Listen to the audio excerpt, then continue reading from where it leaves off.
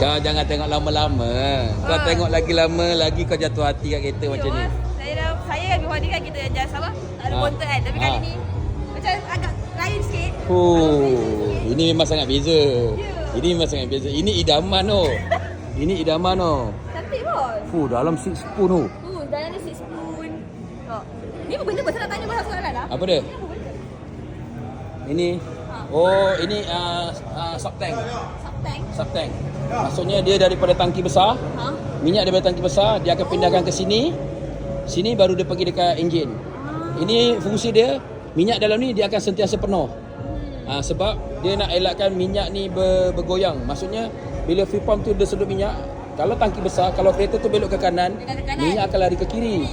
Jadi ruangan kanan tu kosong. Jadi itu yang miss fuel.